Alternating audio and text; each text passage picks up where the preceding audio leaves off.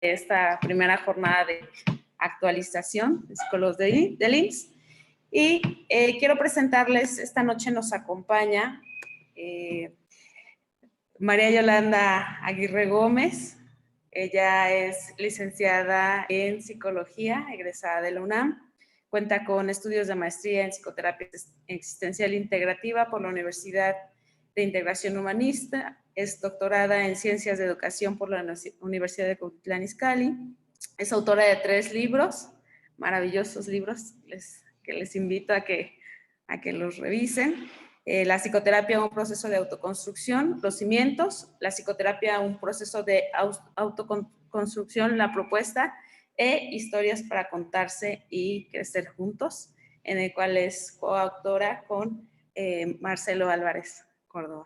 Actualmente es hipnóloga certificada a nivel nacional e internacional y se desempeña como académica se desempeñó como académica en la Facultad de Estudios Superiores Zaragoza y lo sigue haciendo en el Instituto Milton H. Erickson de Ciudad Nezahualcóyotl, en el que también es co-directora. Yola, te dejo abierto el foro. Es para mí un honor tenerte aquí. Te agradezco siempre tu compañía en este camino llamado vida. Pues ya, no hago más preámbulo. Bienvenida, muchas gracias y adelante. El foro es todo tuyo. Muchas gracias. Buenas noches. Me gustaría saber si es posible que pudiéramos vernos los rostros. Si lo es, sería un buen regalo para mí. Soy de la antigua generación que todavía nos cuesta un poquito de trabajo esto. Si no, bueno, pues está bien como ustedes elijan. Me gustaría hablar con ustedes de manera directa. Es algo extraño para mí hablar frente a una máquina. Igual comenzaré.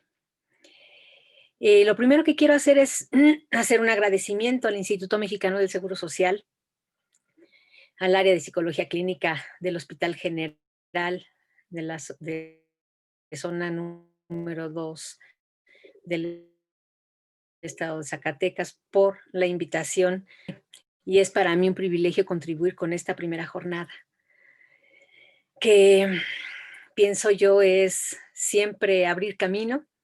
Me agrada que están justo dándola de manera más sencilla. Pienso que una primera jornada nos da la posibilidad de poner pues los primeros ladrillos o poner los cimientos de algo que será, pues yo espero que una edificación importante para todas ustedes. Creo que la mayoría son mujeres, pero para todas y todos. Entonces, pues me han invitado a una jornada para hacer una posibilidad más de, pues, pienso como reconocimiento, de actualización, de reunión de personas que estamos dedicadas a la salud mental. Y entonces, bueno, en ese sentido, pienso que la participación de todas las personas que estamos aquí va a ser cada vez de mejor calidad si seguimos en esta idea de actualizarnos. Mi propuesta para esta conferencia es la psicoterapia ericksoniana, tus recursos psicoterapéuticos. Por lo menos ese es el nombre de la conferencia. Y entonces quiero comentarles algunas cosas al respecto. Pienso como para comenzar a hablar de lo que la terapia puede ser o puede representar. Pienso como en varias opciones, lo pensé desde que comencé a idear cuál era la temática que podría estar bien, pensaba yo en cuando conocí por primera vez la propuesta de la terapia, así en general como terapia y después como psicoterapia, pensaba yo en el cuidado hacia las personas. ¿Cómo es que podemos hacer para cuidar? Porque eso es lo que ofrecemos como terapeutas, un cuidado, toda una serie de procedimientos o posibilidades, pero a partir de ellas estamos cuidando a la persona. Y eh, bueno, cuando descubrí la idea de la psicoterapia, es decir, el cuidado específico de la persona en los aspectos psicológicos, en los aspectos emocionales, se transforma en una dimensión que yo digo es delicada, pero también es, em, pues, importante. Por lo tanto, desde mi punto de vista, deberá ser amorosa. A la facultad de estudiar la licenciatura de psicología, prácticamente todos los profesores en el ingreso nos preguntaban como por qué elegíamos psicología. Y me recuerdo que la mayor parte de las personas decían: "Ah, es que yo quiero ayudar a la gente". Y entonces, como yo quiero ayudar a la gente, pues estoy aquí para saber cómo hacerlo. Debo confesar que yo ya era rara para entonces, porque yo no dije eso. Yo pensaba en otras cosas y, pues, de pronto me sentía como rara, porque todo el mundo, o la mayoría decía eso, y cuando me correspondía hablar a mí, pues, les decía: "Bueno, es que yo en el CCH tuve la clase de psicología e hicimos muchos experimentos ahí. Hicimos experimentos con ratoncitos, hicimos experimentos con personas, y específicamente yo hice, pues, experimento tanto con ratones y después con personas, y esto fue lo que abrió para mí la posibilidad de la psicología, porque yo veía que los ratoncitos podían seguir un laberinto que habíamos diseñado nosotros para llegar al alimento. Entonces, en 2 patadas aprendían el laberinto, y yo no sé si se lo aprendían o era más bien que olfateaban y llegaban fácil hacia donde estaba el alimento. Y entonces yo quise comparar, pensé en cómo hacer con nosotros, con los seres humanos, y entonces se me ocurrió diseñar un laberinto parecido al que tenía para las ratitas, bueno, para los ratoncitos, porque era ratón, no era rata. Y, nada más que lo hice con cartón en relieve. Entonces, la idea era vendarle los ojos a los participantes y con un lápiz poner debajo del cartón una hoja en blanco y se les daba un lápiz con los ojos cerrados y entonces tenían que, por ensayo y error, llegar a la meta. Los seres humanos nos tardábamos un poquito más. Yo insisto en que era por el olfato, porque la comida es diferente que seguir con un lapicito, ¿no? A lo mejor si hubiéramos puesto también un pedazo de tocino, hubiéramos podido localizarlo rápido. Sin embargo, esas cosas que sucedían, yo me preguntaba, ¿qué pasa? ¿Qué está pasando allá adentro? Dentro de la cabeza del ratoncito, dentro de la cabeza de nosotros, que vamos siguiendo esas cosas. Y eso era lo que a mí me había llamado la atención y me había encantado para estudiar psicología. Y entonces, cuando yo llegaba a la escuela y preguntaban y todo el mundo decía, pues para ayudar a las personas, yo decía, híjole, o sea, como que me daba pena decir, pues, a mí me llama la atención la investigación y yo quisiera saber qué pasa en el cerebro, tanto de unos como de otros, pero, pues, a veces simplemente no decía nada y a veces sí explicaba que era esto lo que había sucedido conmigo. Eh, Muy rápido aprendí en la en la escuela, en la licenciatura, que me gustaba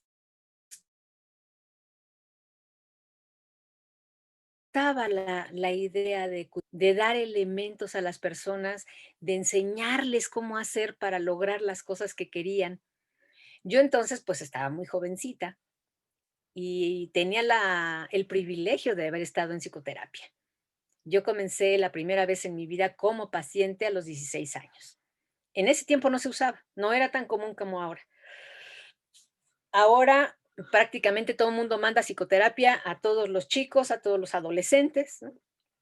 Y acuden, la gente lo acepta, porque en aquel tiempo yo me recuerdo que era muy fuerte la tendencia a decir: "No, pues si no estoy loco", ¿no? Todavía lo hacen, pero la gente sí acude. Allá en ese tiempo era muy difícil y a mí todo el mundo me decía: "Pues es que estás loca", ¿no? Yo les decía: "Pues sí".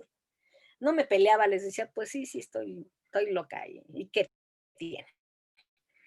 Y además vas con el psicoloco, me decían. Sí, pues sí.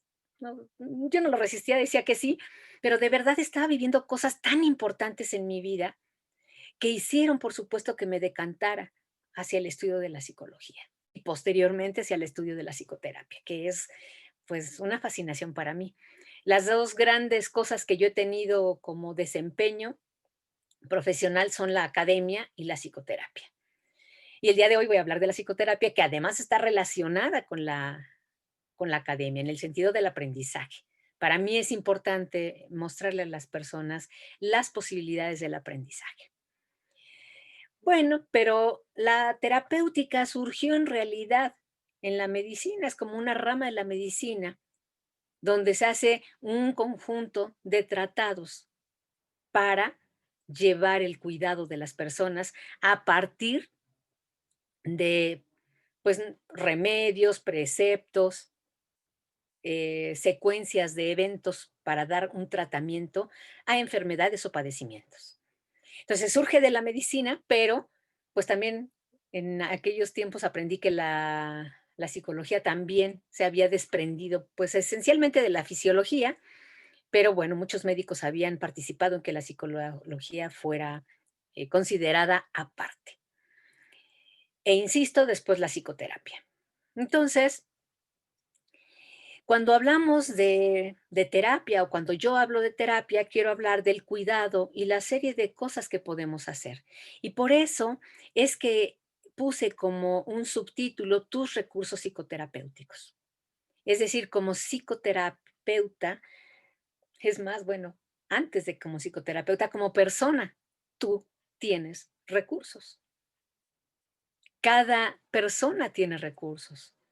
Y como psicoterapeuta es importante para eso, porque, bueno, esto es algo que yo siempre les dije a mis alumnos en la universidad, mi instrumento de trabajo soy yo, tanto en la docencia como en la psicoterapia, lo único con lo que cuento es quién yo soy, mi vida, mis experiencias, mi conocimiento, todo el aprendizaje que tengo, eso es lo que tengo.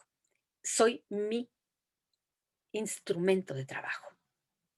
Y entonces requiero adquirir posibilidades, adquirir muchos más elementos que me permitan ofrecer, porque no necesariamente lo van a tomar las personas, pero desde mí lo que hago es ofrecerlo. Habrá quienes tomen un camino, habrá quienes tomen otro camino, pero eso es algo que es fundamental. De las personas que están aquí, no sé cuántas se dediquen a la psicoterapia, cuántas se vayan a dedicar a la psicoterapia. Veo rostros jóvenes, eso me entusiasma porque me parece que es una buena posibilidad comenzar desde jóvenes a buscar, a interesarse, a indagar, ¿no?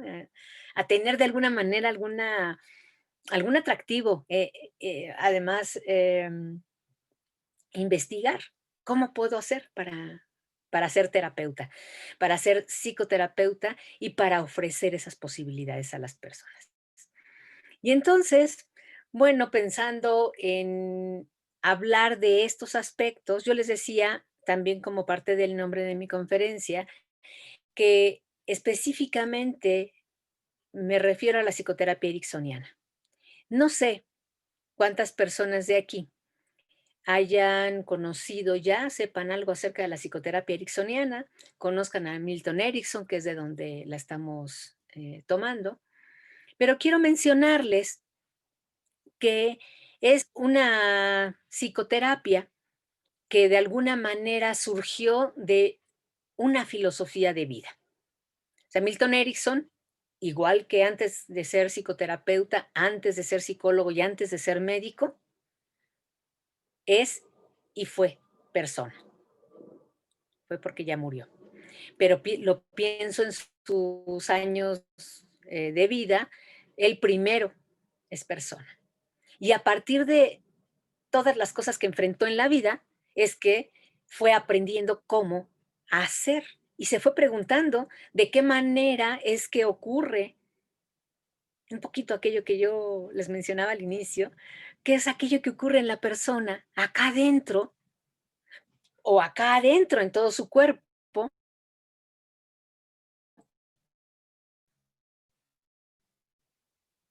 que pueda serle útil.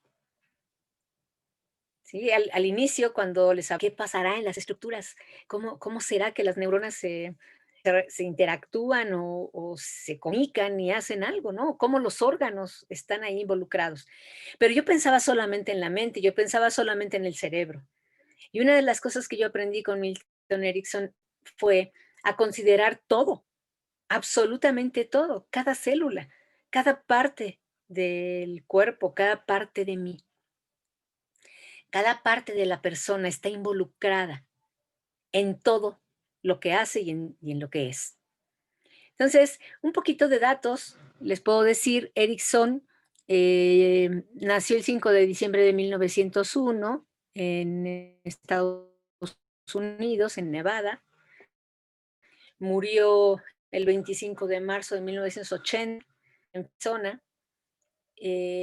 Dedicó, pues, toda su vida, no toda, como por ahí de los 17 años, a el aprendizaje de la utilización de todos los elementos que una persona puede tener. Y comenzó con él. Él a los 17 años tuvo un ataque de poliomielitis y quedó pues prácticamente pues paralítico. Lo único que podía mover eran los ojos. Y eso fue algo tremendo, que él narra de muchas maneras en los escritos que hay acerca de él. Y entonces comenzó a recordar que pues él podía moverse antes de eso, pero pensaba cómo puedo hacer para poder recobrar esas cosas que yo hacía. Y entonces empezó a darle instrucciones a su mente. Fíjense que aquí fue muy interesante porque él lo vivenciaba, se recordaba de cuando trepaba en los árboles o de cuando caminaba o de cuando hacía cualquier cosa y resulta que al recordarlo iba metiéndose, como inundándose en la experiencia misma y eso notaba que producía efectos en sus manos, en sus dedos, en algunas partes de su cuerpo. Eso era sensacional. Eso lo descubrió de pronto y quiso utilizarlo. Y entonces, cuando él se dio cuenta de que podía hacerlo, empezó a ejercitarlo. Una y otra vez hacía posible desarrollar las habilidades. Y pues bueno, tenía discromatopsia, tenía dislexia y solo podía escuchar algunos tonos. Es decir, tenía muchas limitantes, pero esas limitantes, en lugar de frenarlo, en lugar de detenerlo, lo impulsaron. Así que cuando yo conocí el trabajo que él realizó, la primera noticia que tuve fue cuando leí Mi voz irá contigo. Es un libro que habla de muchos pasajes que él vivió como terapeuta, como psicoterapeuta y también como terapeuta médico. Y ahí están narrados y cómo él utilizaba tanto su propia experiencia como los recursos de las personas. Y entonces empezó a edificar a partir de eso una serie de elementos que cuando pues cuando eso ocurrió, él pudo darle mucho, mucho sentido, su propio sentido a lo que fue la psicoterapia y creó su propia forma de psicoterapia. En realidad, sentó bases importantes en líneas dentro de la psicoterapia breve que quizás ahora ustedes han podido escuchar, conocer, porque ya se sabe mucho más al respecto. Cuando yo estudié psicología en la licenciatura, no teníamos noticia, ya estaba ocurriendo, ya había ocurrido, pero todavía no teníamos noticia. No era algo que pudiera conocerse fácilmente, ni había libros, ni aquí en México y además en español. Pero él sentó las bases para varias líneas dentro de la psicoterapia breve. Por ejemplo, para la programación neurolingüística, para la terapia sistémica estratégica, para la terapia breve centrada en soluciones, el enfoque psicobiológico de Ernest Rossi, que no sé si ustedes hayan escuchado de todo esto, pero prácticamente todas las terapias breves sistémicas tienen como base las cosas que Milton Erickson hizo. Él, por supuesto, no se perfiló hacia ninguna de ellas, bueno, ellas fueron posteriores a él, pero en el tiempo en el que él comenzó, pues lo que había era psicoanálisis, conductismo. Entonces se alejó de eso y buscó no teorizar, porque lo que quería era mmm, enseñar y aprender. Él decía psicología básica. Si nosotros sabemos psicología básica, podemos orientar a la persona. Y entonces, no significa que no esté bien estudiar más o que no esté bien saber muchas otras cosas, pero todos los problemas, todas las situaciones por resolver terminaban o iniciaban más bien desde lo más básico. Si tú te preguntas acerca de lo básico, entonces vas a poder hacer, entonces vas a poder identificar, explicar y entender. Y entonces es ahí donde estuvo la magia, donde estuvo toda la posibilidad que él tuvo. Quiero decir esto de él porque para mí fue muy importante que no fuera, que no hubiera tomado ninguna de las teorías, que él no quisiera teorizar porque eso se parecía mucho a lo que yo pensaba. Cuando yo conocí eso de él, dije, ah, pues está muy padre porque yo siempre fui un estudiante rebelde. Y entonces yo decía, híjole, es que todo de reglas que tiene el psicoanálisis, o cuadrote, no quiero demeritarlo, solo pensar en que solo dentro de ese marco podía moverme, me parecía incompleto. Y cuando me hablaban del conductismo, pero los conductistas querían que yo fuera conductista o psicoanalista, pero yo decía, pero pues es que puedo tomar del psicoanálisis unas cosas y del conductismo otras, o cuando funcione una y cuando funcione otra, entonces eso era algo tremendamente mal visto. Pero a mí me parecía que no tenía lógica pensar en solamente una de ellas y ahí mantenerte. Me parecía que no tenía lógica porque yo pensaba, el psicoanálisis explica cosas del ser humano distintas que lo que explica el conductismo, distintas que lo que explica la terapia y la teoría de la Gestalt. Y así, con cada una yo veía que había cosas diferentes, ángulos diferentes, pero que no necesariamente tenían que estar contrapuestas. Entonces, tuve la fortuna, voy a decir, de haber estudiado en la Universidad Nacional Autónoma de México, pero en una de las escuelas periféricas, donde el plan de estudios nos permitía salir como psicólogos generales. Es decir, podíamos conocer las diferentes áreas, no solamente una.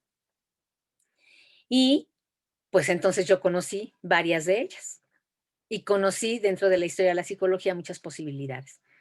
Todas ellas me parecía que tenían una lógica y un sentido, a partir de eso comencé a obtener esos elementos. Y al final, cuando ya había yo terminado la carrera y comencé a dar psicoterapia, y comencé, bueno, ya les había comentado que a los 16 años comencé con la terapia personal. Y entonces en mi terapia personal, pues aprendí algunas cosas. Y cuando empecé a dar psicoterapia, pues aprendí varios estilos, porque comencé dando psicoanálisis en, pues bueno, mi terapia individual como paciente fue ortodoxa y entonces aprendí también a dar psicoterapia ortodoxa, en psicoanálisis, perdón. Y de ahí me solté y empecé por todos lados a estudiar. Cuánta cuánto estilo de psicoterapia escuchaba que existía, me metía, como paciente primero y como terapeuta después. Y de esa manera, pues fui adquiriendo muchos elementos. Elementos que después, cuando descubrí la psicoterapia ericksoniana, que en sentido se parecía a lo que yo estaba buscando. Se parecía porque yo no quería escoger solo una. No se parecía porque creo que Erickson nunca fue como pensando en ser rebelde y decir no a todo lo que le estaban diciendo como normas. Él simplemente hizo lo que él creyó y ya. Y cuando yo lo conocí dije, ah, pues esto es lo que yo quiero, poder utilizar todo lo que sé, todo lo que he aprendido, todo lo que de alguna manera puede serle útil a la persona. Y entonces, bueno, yo pienso que mi obligación como psicóloga es conocer todas las cosas, es conocer todo lo que hay en psicología, todos los estilos, todas las escuelas y conocerlos en términos prácticos. O sea, no soy experta en todas, pero conozco todas. Las he vivenciado como, pues como posibilidades terapéuticas y cuando llego con las personas como terapeuta, se ocurre que puedo ofrecerles una gran gama de posibilidades. Y entonces en algunos casos funciona más. A veces simplemente, pues no sé, un conteo. Y entonces me funciona mucho el conductismo, ¿no? A veces tengo que ir un poco más profundo y entonces utilizo cosas que yo aprendí en psicoanálisis. Y así, ups, si me escucharan mis maestros, a lo mejor me volverían a jalar las orejas y me volverían a decir eso no se hace, eso no está bien. Pero, pero en mi práctica, en mi experiencia personal, lo que puedo decirles es que ha sido maravilloso. Maravilloso no solamente en el sentido de que puedo brindarle ayuda a las personas, sino que de verdad me quedo satisfecha con la posibilidad de hacerlo. Y las personas que vienen, bueno, pues ellas ni siquiera se preguntan, ¿no? Si yo qué estudié o de qué tipo o con qué escuela. Ellas vienen y buscan lo que les es importante y les funciona. Así que entonces, vuelvo a decirte, mi instrumento de trabajo soy yo. Y en la medida en la que yo me enriquezco, es la medida en la que pues mis recursos se amplían. Y eso me permite darle a las personas una otra posibilidad. Así que si de la misma manera que el modelo terapéutico de Erickson no corresponde a ninguna escuela clínica, pues la mía tampoco. No a ninguna, porque yo pensaría, bueno, a lo mejor alguien quiere elegir una, y pues también está bien, ¿no? O sea, si tú te quieres perfeccionar en alguna de ellas, yo digo, está bien, no tendría por qué estar mal. Sin embargo, cuando tú te especializas en una, pues tendrías que buscar la manera de hacerlo con tu propia experiencia, con todos tus recursos, con todas tus posibilidades para poder ejercitarla, para poder ejercerla, para poder ponerla a la disposición de las personas. ¿Cuál es la que te agrada? ¿Cuál es la que te atrae?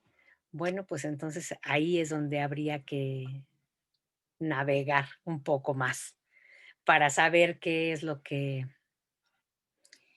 podrías tú eh, hacer contigo, de qué manera podrías también, desde luego, enriquecer esa experiencia. Te decía también hace un momento, al principio, que los dos campos profesionales en los que me he movido son la psicoterapia y la docencia. Entonces busco la manera de enseñarle a la persona. Y la psicoterapia, en mi entender, es una manera de aprender y también es una manera de desaprender y en algunos casos de reaprender. Así que depende de qué sea lo que la persona requiere, porque a veces necesitamos más desaprender cosas que ya teníamos muy bien aprendidas y que solamente estamos haciéndolas en automático. Y a veces ni siquiera sabíamos que se podía hacer algo y eso es la solución. Y entonces ahí se entretejen estos dos aspectos que son importantes. Cómo aprender a hacer algo que va a hacer la diferencia en la vida. Y entonces, bueno, pues podemos buscar la manera de aproximarnos a lo que esa persona específicamente, aquella que está llegando con nosotros a consulta, requiere, desde el ángulo que ustedes quieran. Sin embargo, tiene que ver, por supuesto, con tu experiencia de vida. Lo que tú le puedas ofrecer tiene que ver con tu experiencia de vida, ya sea simplemente por lo que has vivido o por lo que has estudiado. De lo que has vivido ya has resuelto o de lo que has estudiado y sabes que otros han resuelto. Así que de esa manera puedes ir nutriendo, pues, tu ser terapeuta, tu propia persona, y a lo mejor puedes ir teniendo otros elementos, otros recursos que van a enriquecer a tu persona, a tu ser terapeuta. Em, Así que quiero aclarar como final, este último punto que además se reúne con el primero, que es la psicoterapia ericksoniana. O sea, yo te hablo de la psicoterapia ericksoniana porque es permisiva, porque puede ser inclusiva de todas las demás.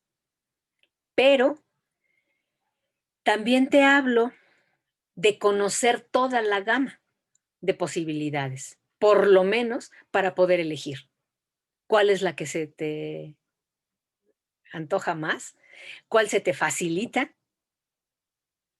cuál es la que llena tu ser, cuál es la que dices, esta es la que tiene el mayor sentido, o a lo mejor dos, yo qué sé. Aquí lo importante es que cuando yo te hablo de la psicoterapia ericksoniana, te estoy hablando de la apertura hacia todo lo que tú puedas conocer. Un aspecto más que decía Milton Erickson y que yo creo también, bueno, no lo decía, pero lo decían sus alumnos, que Milton Erickson le pedía a las personas que acudían a sus seminarios que estudiaran anatomía y fisiología del cuerpo humano. Si tú no conoces tu cuerpo, si tú no conoces el funcionamiento del cuerpo humano, difícilmente vas a poder entender muchos de los problemas que traiga la gente. Y entonces él les pedía que estudiaran para que llegaran con esos conocimientos. Él lo aprendió desde la medicina. Yo lo aprendí siendo docente. Busqué, me parecía que tenía mucho sentido lo que aprendía yo en bases biológicas de la conducta. Y después me convertí en profesora de bases biológicas de la conducta por 30 años que estuve en la UNAM. Y entonces eso da una serie de elementos maravillosos. Entender esas cosas, entender el funcionamiento, dónde está cada cosa, para qué funciona, saber el funcionamiento normal nos ayuda a entender la patología y nos ayuda a regresar a lo normal, a a la salud. Y pues la posibilidad de sanar es interna. Yo desde afuera cuido con la terapia, doy un cuidado, pero la sanación viene de adentro, tanto la emocional como la física. O lo diré al revés, tanto la física como la emocional, que es la que nos interesa. Bien, pues tengo entendido que son 40 minutos de conferencia, que según yo se están cumpliendo en este momento, y tenemos el resto para preguntas. ¿Es así? Muy bien. Así es, Yola. Entonces, empezamos con esta gama de preguntas. ¿Tienen alguna duda? La pueden compartir. Pueden anotarla en el chat o bien abrir su micrófono y compartir su pregunta.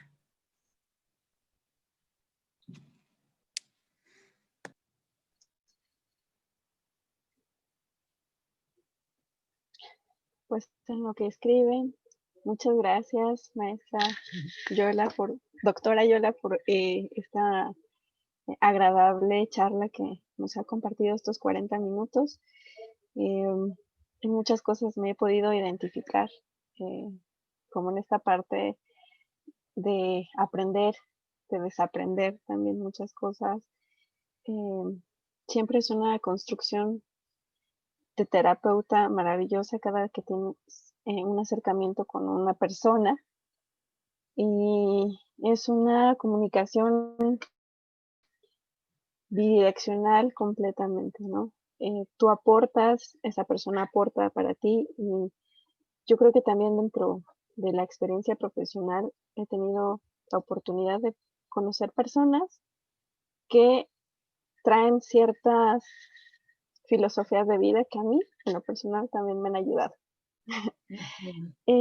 Y mi pregunta va en relación a lo mejor en este momento a lo que yo he notado como profesional o personal de la salud mental, el alto índice de personas que llegan a consulta en estos momentos. No podré hacer referencia en algún otro momento, tal vez en el contexto, situándonos a lo mejor territorial. A mí me ha impresionado mucho la alta gama de personas con depresión e ideaciones suicidas. Y por ahí pues tiene mucho que ver también esta parte de el autoconcepto, la autoestima que tienen las personas, los pacientes que llegan a consulta. A mí me gustaría hacerle la pregunta justo de el aporte, no sé si escuchar a través de usted a Milton Erickson sobre qué nos tendrá que decir sobre las personas que están justamente viviendo estos momentos, una, no sé, esta crisis de vida en la que incluso su valor o su percepción de su valor como persona se ve afectada. Gracias. Ok, me parece que es una pregunta muy interesante y tiene una respuesta muy amplia y profunda. Em, no sé qué diría Milton Erickson en este momento de esta situación actual. Lo que sí sé es que es congruente con lo que de alguna manera yo pienso, porque él hablaba mucho del contexto, de darse cuenta qué es cuáles son las situaciones que las personas están viviendo. Y desde ahí, pues es que podemos ofrecer cosas muy específicas y particulares para cada persona. No podemos creer que todas las personas van a reaccionar de la misma manera a las mismas formas de tratamiento terapéutico. Entonces, yo requiero cortar la terapia a la medida. Para eso, requiero preguntarme qué es lo que hay detrás. Es decir, en este contexto de eventos que están sucediendo sociales, de manera particular en donde la persona vive, me refiero al país, a la ciudad, a cuáles son sus costumbres, a cuáles son sus hábitos, a cuáles son sus valores. Y por otra parte, a la familia. ¿A qué familia pertenece? Esto que les estoy diciendo es algo que yo aprendí de manera muy concreta con Milton Erickson, pero también lo aprendí con el materialismo dialéctico, ¿no? que mencionaba Marx.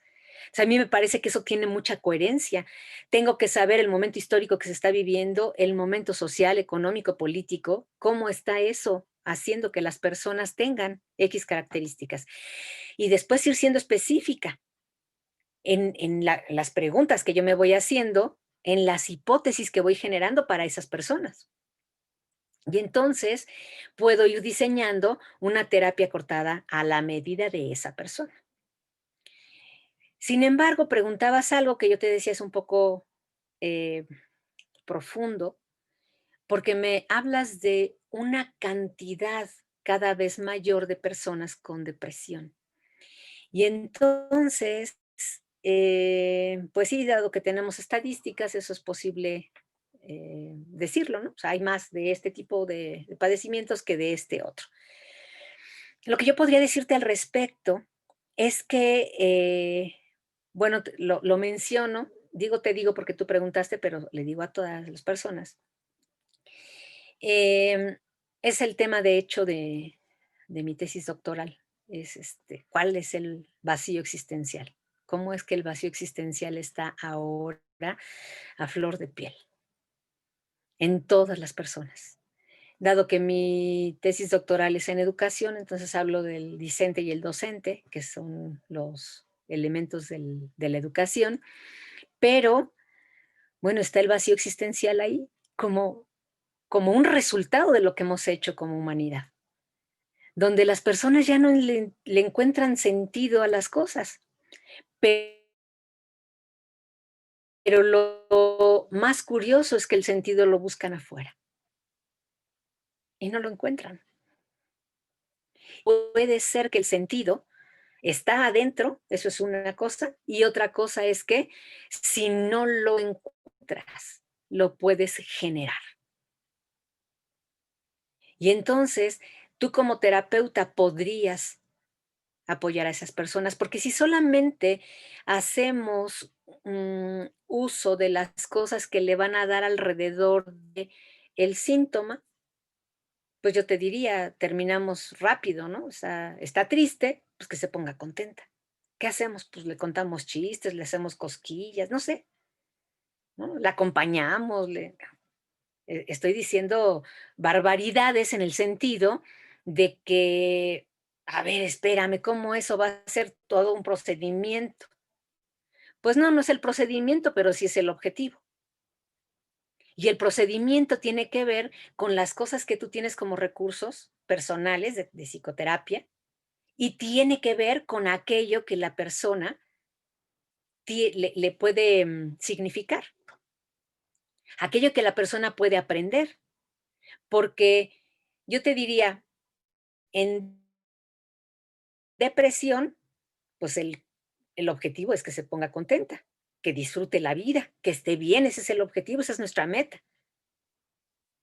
Pero si vas un poquito más allá, un poquito más profundo, y digo poquito, y piensas en buscar el sentido, que la persona encuentre el sentido de su vida, de su día, de su instante, no solo la depresión, habría muchas otras cosas.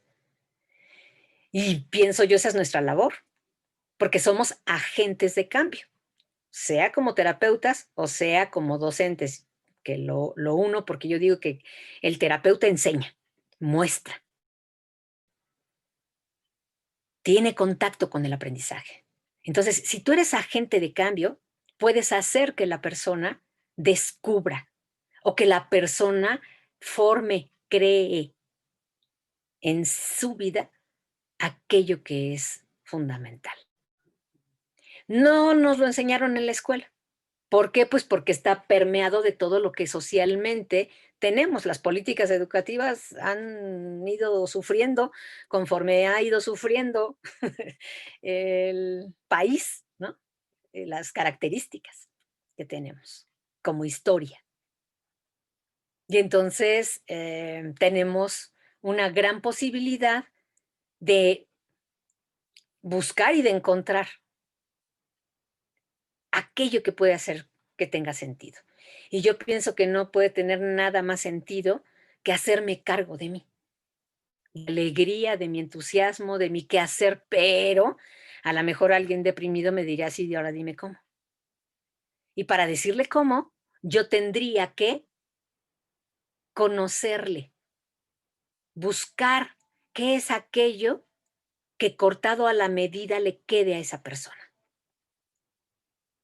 Y por eso es que mi instrumento de trabajo tiene que ser perfeccionado. Tengo que estar en una constante búsqueda. Y yo te diría como ponerme en el lugar de la persona. Ponerme ahí con ella, un piecito adentro de su situación y otro piecito afuera para poderla traer. Y no quedarme ahí metida, sumergida también, ¿no? Porque entonces a lo mejor vamos a ser dos tristes, deprimidas y desconsoladas, en lugar de, pues, entender cuál es la situación y a partir de eso, invitarle hacia otro lado. Pero todas las personas hemos tenido experiencias en las que hemos podido pasar de la tristeza a la alegría. Del no tener sentido nada a de pronto sí tenerlo. O alguna vez yo pienso que ustedes recordar alguna vez que querían que ya fuera, ya quiero llegar, ya quiero que suceda aquel minuto, aquel momento, aquella cita, lo que sea. Todas las personas hemos tenido esa experiencia. Y si tú eres capaz de encontrar la manera de llevar a la persona y darle la mano para trasladarla a ese lugar, estás haciendo terapia. Eso tengo como respuesta a tu pregunta. Muchas gracias, maestra. No sé si alguien quiere hacer alguna pregunta específica para la doctora María Yolanda. Bueno, es un comentario Adelante. para la maestra Yolanda, doctora.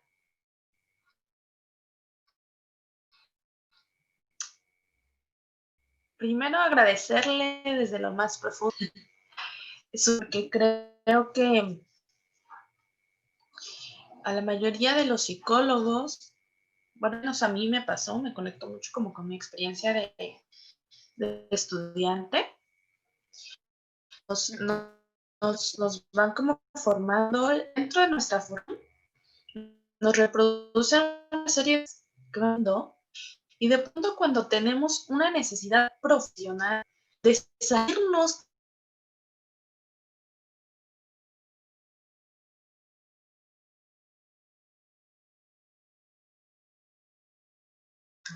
¿no? Ese sentimiento de tensión, de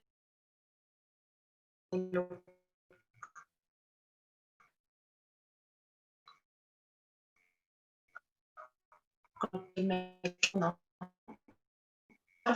Sí, la psicoterapia por supuesto implica y creo que en esa acción de cuidado el que debe empezar también a cuidarse de estas ideas bajo las cuales se educa es uno como terapeuta, porque a veces uno podría ya haber abordado una situación de un modo, pero dices, ay no, pero es que no, o sea, yo no soy de esa, yo no soy Gestalt, ¿no? Yo no puedo hacer eso porque yo no soy Gestalt, y porque no tengo un diplomado, ni tengo una maestría, ni una especialidad en psicoterapia Gestalt, ¿no? O yo no puedo hacer eso porque yo no sé psicoanálisis, ¿no? Y creo que lo único que resulta de eso es nuestro empobrecimiento profesional y personal, y creo que esa es la parte más grave, porque entonces quedamos sin ese recurso para darle al otro, ¿no? Nosotros empezamos como a limitarnos, ¿no? No, es que yo si no lo hago así como me lo dijo el maestro, ¿no? O pensando mucho algo que me decían cuando estudiaba, ¿no? No se puede ser ecléctico, ¿no? El eclecticismo es la peor barbaridad que tú puedes cometer como psicólogo, como terapeuta, ¿no? Y uno empieza, ¿no?, a aprender o a tratar de aprender desde ese marco como tan... Y de pronto ya cuando está en la práctica clínica se da cuenta de que ese marco le restringe, Exacto. le hace sentir insuficiente y le limita para ayudar al paciente. Y si tan solo me hubiera atrevido a intentar esa técnica, aunque no fuera de mi área específica, ¿quién nos dice que eso sí le hubiera hecho sentido a este consultante? Entonces, le quiero agradecer mucho sus palabras porque creo que vienen muy ad hoc para liberar nuestra mente de psicoterapeutas y abrirnos desde una mirada más amable con nosotros mismos, ¿no? Gracias. Retomar como esto, ¿no? De los recursos del psicólogo. Entonces me hace muchísimo sentido, no sabe cómo le está agradeciendo mi corazón en este momento escucharla. De decir, sí, claro, por supuesto, uno tiene el derecho, ya en estos tiempos, la obligación, ¿no? De abrir nuestra mente, de decir, bueno, ¿y qué más? ¿Y qué más me interesa? ¿Y qué más? ¿De qué otra forma yo podría ayudar a este consultante? Así es. ¿No? Entonces, muchísimas gracias. De verdad, creo que es como muy terapéutico escucharla. Gracias. Gracias, qué bello comentario. Fíjate que esto me hace recordar que cuando yo iniciaba en la universidad, estaba el pleito entre profesores psicoanalistas y profesores conductistas, y entonces yo estaba, y entonces les pregunté para conductista, le dije, ¿cómo elegiste psicoanálisis? ¿Cómo es diferente el psicoanálisis del conductismo? Y lo mismo sucedió con el conductista. No me supo decir nada del psicoanálisis. Le dije, entonces, ¿cómo elegiste? Si no, si no sabes de uno y del otro y pudiste comparar, ¿cómo elegiste? Y entonces se quedaban así sorprendidos. Entonces yo decía, uy, pues voy a tener que estudiar porque ellos no me van a poder decir. Y a uno de ellos, que era el conductista, era el más aguerrido en contra del eclecticismo. Y yo todavía no entendía lo que la palabra significaba, nada más sabía que era muy mala y que yo no me debería acercar a eso. Y entonces, pues estuve estudiando y de pronto encontré que el eclecticismo era como mezclar todas las teorías en algo y que eso pues era pues diabólico, no debería suceder. Pero un día entendí, le decía yo a ese maestro, justo a ese maestro conductista, que tanto me exigía no ser ecléctica. Le dije, ¿sabes qué? Acabo de descubrir que el eclecticismo es un problema teórico. Porque en la práctica tú no puedes dejar de ser ecléctico. No me digas que dejas todo lo que sabes de otra cosa para solo pensar en conductismo. No me puedes decir eso. Así que encontré la puerta de salida. Y pues bueno, durante mucho tiempo mantuve en secreto que era ecléctica, porque pues era muy penado. Encontré la maravilla de poder decir que soy ericksoniana. Ay, perdón, ya lo dije.